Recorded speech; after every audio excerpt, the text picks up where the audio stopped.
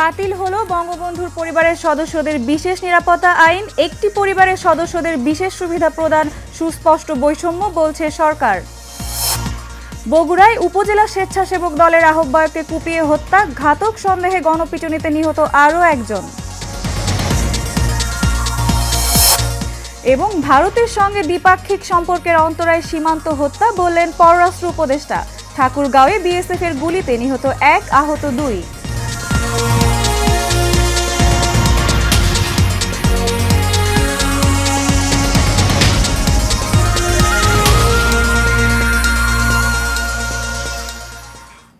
স্বাগত এশিয়া নিউজে, সাথে আছি আমি সানজিদা হক। এতক্ষণ শুনছিলেন বিআরবি কেবল ইন্ডাস্ট্রিজ লিমিটেড সংবাদ শিরোনাম, এবারে বিস্তারিত। বঙ্গবন্ধু শেখ মুজিবুর রহমানের পরিবারের সদস্যদের বিশেষ নিরাপত্তা করা আইন বাতিল করা হয়েছে। সোমবার জাতির পিতার পরিবার সদস্যগণের নিরাপত্তা রহিতকরণ অধ্যাদেশ 2024 জারি করেছেন রাষ্ট্রপতি। এর মাধ্যমে জাতির পিতা পরিবার সদস্যগণের নিরাপত্তা আইন 2009 বাতিল হলো। গত 29 আগস্ট উপদেষ্টা পরিষদের সভায় এই অধ্যাদেশের খসড়া চূড়ান্ত অনুমোদন দেয়া হয়। সভায় বলা হয়, বিগত সরকারের সিদ্ধান্ত অনুসারে জাতির পিতার পরিবার সদস্যগণের নিরাপত্তা আইন 2009 প্রণয়ন ও জারি করা হয়েছিল। পরে 2015 সালের 15 মে এ আইন অনুসারে বিশেষ নিরাপত্তা ও সুবিধাদি প্রদানের প্রজ্ঞাপন জারি করা হয়। কেবল একটি পরিবারের সদস্যদের রাষ্ট্রীয় বিশেষ সুবিধা প্রদানের জন্য আইনটি করা হয়েছিল, যা একটি সুস্পষ্ট বৈষম্য। সীমান্ত হত্যাকে ভারতের সঙ্গে দ্বিপাক্ষিক সম্পর্কের অন্তরায় বলে মন্তব্য করেছেন পররাষ্ট্র উপদেষ্টা মোহাম্মদ তৌহিদ হোসেন।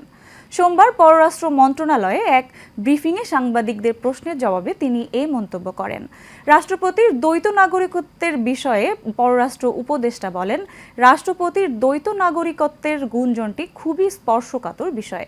এটা দেখার দায়িত্ব সংশ্লিষ্টদের। সবশেষে প্রয়োজনে যুক্ত হতে পারে পররাষ্ট্র মন্ত্রণালয়। ঠাকুরগাঁওয়ের বালিয়াডাঙ্গি সীমান্তে বিএসএফ এর গুলিতে একজন নিহত ও আহত হয়েছে 2 জন। ধনতলা বিজিবি সীমান্তের পাশ দিয়ে ভারতে অনুপ্রবেশ করার সময় ভারতীয় ডিঙ্গাপাড়া বিএসএফ বাহিনী গুলি চালালে ঘটনাস্থলে শ্রী জয়ন্ত কুমার সিংহ ভারতের অভ্যন্তরে গুলিবিদ্ধ হয়ে নিহত হয়। এ ঘটনায় তার সাথে থাকা আরও 2 জন আহত হয়েছে। বিষয়টি নিশ্চিত করে বালিয়াডাঙ্গি থানার অফিসার ইনচার্জ ফিরোজ কবির বলেন, কী কারণে তারা ভারতে অনুপ্রবেশ করার চেষ্টা করেছিল তা নিশ্চিত হওয়া যায়নি।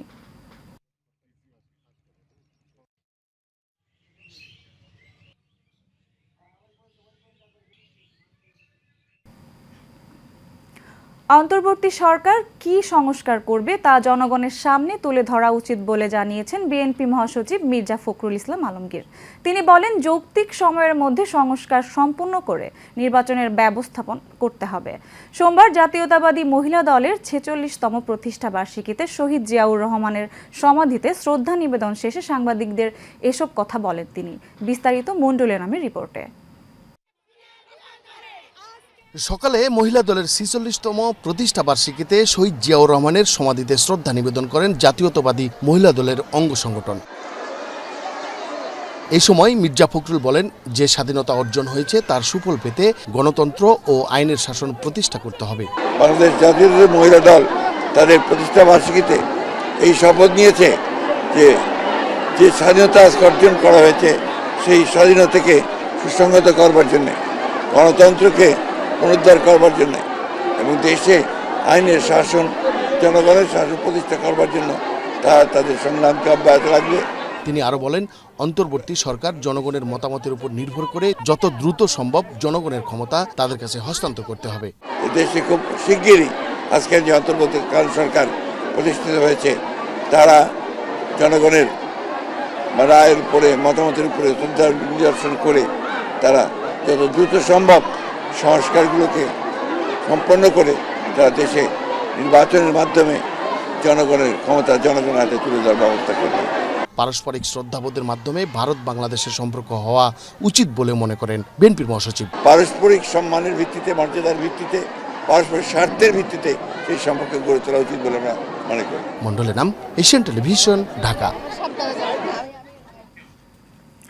ভারতের প্রতিরক্ষা মন্ত্রী রাজনাথ সিং হিন্দুস্থানের রাজা হতে পারেন, তিনি বাংলাদেশের কিছুই না। বাংলাদেশ নিয়ে কটূক্তি করলে এদেশের জনগণ সেটা মেনে নেবে না বলে জানিয়েছেন বিএনপি চেয়ারপারসনের উপদেষ্টা জয়নুল আবেদিন ফারুক।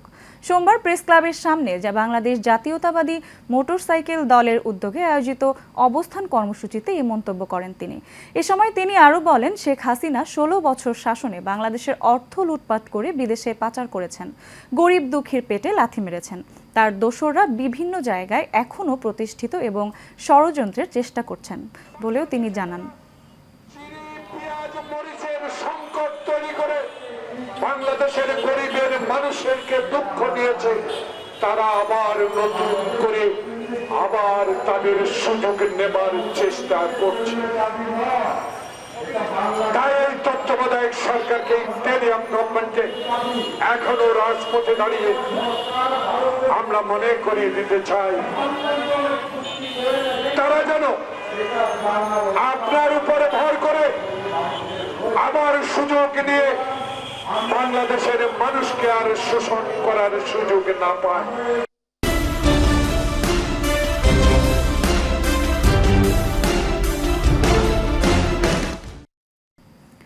বাগেরহাটের ফকিরহাটে সড়ক দুর্ঘটনায় প্রাইমারি স্কুলের শিক্ষিকা সহ 4 জন নিহত হয়েছেন। সোমবার সকাল 8:30টায় বাগেরহাট খুলনা মহাসড়কের কাটাখালী এলাকায় এই দুর্ঘটনা ঘটে। অতিরিক্ত পুলিশ সুপার মোহাম্মদ রাসিলুর রহমান জানান, খুলনাগামী একটি মিনি পিকআপ ও ইজি বাইক মুখোমুখি সংঘর্ষে 3 জন নিহত হয়েছে। 2 জনকে খুলনা মেডিকেল হাসপাতালে নিয়ে গেলে কর্তব্যরত চিকিৎসক একজনকে মৃত ঘোষণা করেন। তাৎক্ষণিকভাবে নিহত ও আহতদের নাম পরিচয় জানাতে পারেনি পুলিশ।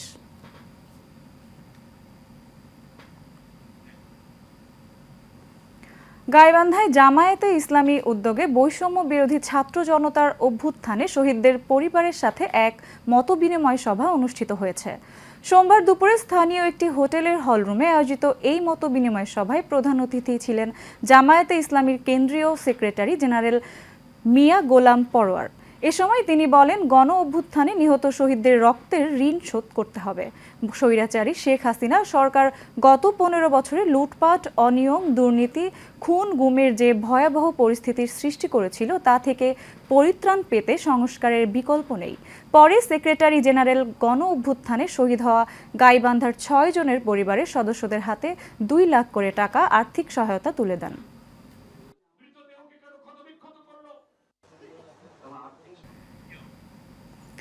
বাংলাদেশ জামায়াতে ইসলামী ফেনীর দাগনভূঞা উপজেলা শাখার আয়োজনে পথসভা দাগনভূঞা 0 পয়েন্টে অনুষ্ঠিত হয়।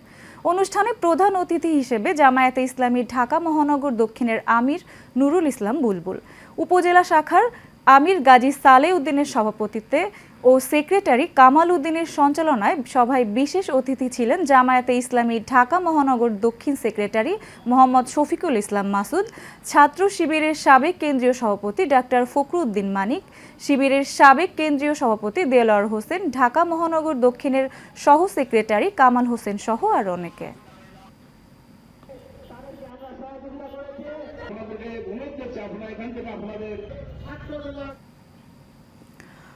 বরগুনা তালতলী উপজেলা নির্বাহী কর্মকর্তা সিফাত আনোয়ার তুম্পার বদলির আদেশ প্রত্যাহারের দাবিতে মানববন্ধন করেছেন সর্বস্তরের জনগণ। সোমবার উপজেলা শহরের সদর রোডে ঘণ্টাব্যাপী এই মানববন্ধন কর্মসূচি পালন করা হয়।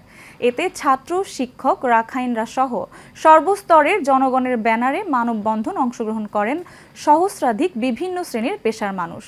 মানববন্ধনে বক্তারা বলেন, সিফাত আনোয়ার তুম্পা এই উপজেলায় যোগদানের পর থেকে আসার পর সর্বস্তরের জনগণের সম্মানে মানুষের সেবায় কাজ করেছেন। তাকে তাই এই জেলায় উপজেলায় প্রয়োজন। মানববন্ধনে বক্তব্য রাখেন উপজেলা বিএনপির সাবেক আহ্বায়ক ফরহাদ হোসেন আক্কাস মৃধা, ইউপি চেয়ারম্যান ফরাজি ইউনুস, ফারুক খান, জামায়াত নেতা জালাল পেয়াদা সহ অন্যান্যরা। গত 8 সেপ্টেম্বর জনপ্রশাসন মন্ত্রণালয়ের এক প্রজ্ঞাপনের মাধ্যমে রংপুরে বিভাগে বদলির আদেশ দেওয়া হয়েছে সিফাত আনোয়ার তুম্পার। কুমিল্লার নাঙ্গলকোট উপজেলার বিভিন্ন স্থানে মাজার ভাঙচুর ও অগ্নিসংযোগের ঘটনা ঘটেছে। উপজেলার হিয়াজোড়া গ্রামের আব্দুল গনির মাজার, ফতেরপুর পেটেন শাহ মাজার, বাগমারা দেওয়ানবাগির মাজারে গতকাল তৌহিদি জনতা ভাঙচুর ও অগ্নিসংযোগ করা হয়। এ বিষয়ে নাঙ্গলকোট থানার অফিসার ইনচার্জ AK ফজলুল হক বলেন, কে বা কারা হামলা চালিয়েছে তা জানা নেই, তবে খোঁজ নিয়ে হামলার সাথে জড়িতদের বিরুদ্ধে ব্যবস্থা নেওয়া হবে বলে আশ্বাস দেন তিনি।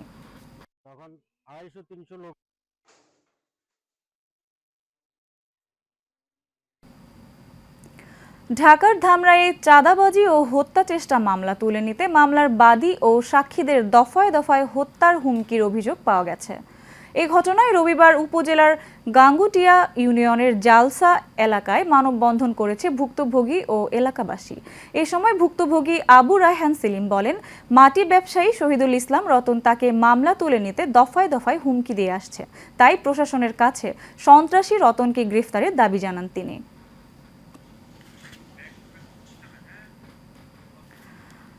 ইতালি দূতাবাসে জমা দেয়া পাসপোর্ট ভিসা সহ ফেরত দেওয়ার দাবিতে মানববন্ধন ও গণ অবস্থান কর্মসূচি নেন ভিসা প্রত্যাশী প্রার্থীরা। সোমবার রাজধানী গুলশান বিচারপতি শাহাবুদ্দিন পার্কে এই মানববন্ধন করেন তারা। এ সময় তারা পাসপোর্ট সহ ভিসা পেতে প্রধান উপদেষ্টা ডক্টর মোহাম্মদ ইউনূসের সহযোগিতা কামনা করেন। বিস্তারিত নূর মোহাম্মদ ভুইয়া রিপোর্টে। গেল বছরের ২৭ মার্চ ওয়ার্ক পারমিট ভিসার ঘোষণা দেয় ইতালি সরকার, যে তালিকায় রয়েছে বাংলাদেশের নাম। এরই পরিপ্রেক্ষিতে বাংলাদেশি ওয়ার্ক পারমিট ভিসা প্রত্যাশীরা ইতালি দূতাবাসে পাসপোর্ট জমা দেন। পরবর্তীতে গত বছরের আগস্ট থেকেই ভিসা দেওয়া বন্ধ করে দেয় ইতালি দূতাবাস, ফলে প্রায় ৭০,০০০ মানুষ ক্ষতিগ্রস্ত হয়েছে। ভিসা সহ পাসপোর্ট ফিরে পেতে গুলশান শাহাবুদ্দিন পার্কে মানববন্ধন করেন ভিসা প্রার্থীরা। আমাদের এখন একটাই দাবি, ফেসবুকে ভিসা সহকারে আমাদের পাসপোর্ট ফেরত দিতে হবে, তত দ্রুত ওগুলি 1 মাসের ভিতরে। আমাদের দাবি এখন একটাই, আমাদের পাসপোর্ট ভিসা একসাথে দিতে হবে। আমরা ভিসা সব আমাদের ডেলিভারি চাই। 1 মাসের মধ্যে পাসপোর্ট ফেরত দেওয়ার আবেদন জানিয়ে প্রধান উপদেষ্টার সহায়তা কামনা করেন তারা। কারণ আমরা সবাই ভুক্তভোগী আজকে 1 বছরের বেশি, তো আমরা এখন আমাদের মাননীয় উপদেষ্টা ইউনূস স্যারের কাছে আবেদন, উনি যেন আমাদেরকে দ্রুত এই সমস্যার সমাধান করার জন্য ব্যবস্থা করেন। সরকারকে যেন বলে বিশেষ অতি দ্রুত দিয়ে দেয়, ভাই আমরা অনেক হাজার হাজার লোক ভুক্তভোগী হয়ে রয়েছেন। ইতালির প্রধানমন্ত্রীর কাছে একটাই আমার আবেদন, যে আমাদের পাসপোর্ট দ্রুত ফেরত দেয়। আজকে 1 বছর ওয়েট করাইছে, আমাদের ওই ভিসাও ক্যান্সেল হয়ে গেছে, এখন আমরা ভিসা সহ পাসপোর্ট চাই, আর কোনো দাবি নাই। পাসপোর্ট ফেরত না পাওয়ায় অন্য দেশেও আবেদন করতে পারছেন না ভুক্তভোগীরা। নূর মোহাম্মদ ভুঁইয়া, এশিয়ান টেলিভিশন, ঢাকা। শেষ করব এশিয়ান নিউজ, তার আগে BRB কেবল ইন্ডাস্ট্রিজ লিমিটেড সংবাদ শিরোনামগুলো জানিয়ে দেব আরও একবার। বাতিল হলো বঙ্গবন্ধুর পরিবারের সদস্যদের বিশেষ নিরাপত্তা আইন, একটি পরিবারের সদস্যদের বিশেষ সুবিধা প্রদান সুস্পষ্ট বৈষম্য, বলছে সরকার। বগুড়ায় উপজেলা স্বেচ্ছাসেবক দলের আহ্বায়ককে কুপিয়ে হত্যা, ঘাতক সন্দেহে গণপিটুনিতে নিহত আরও একজন। এবং ভারতের সঙ্গে দ্বিপাক্ষিক সম্পর্কের অন্তরায় সীমান্ত হত্যা, বললেন পররাষ্ট্র উপদেষ্টা। ঠাকুরগাঁয়ে BSF এর গুলিতে নিহত 1, আহত 2।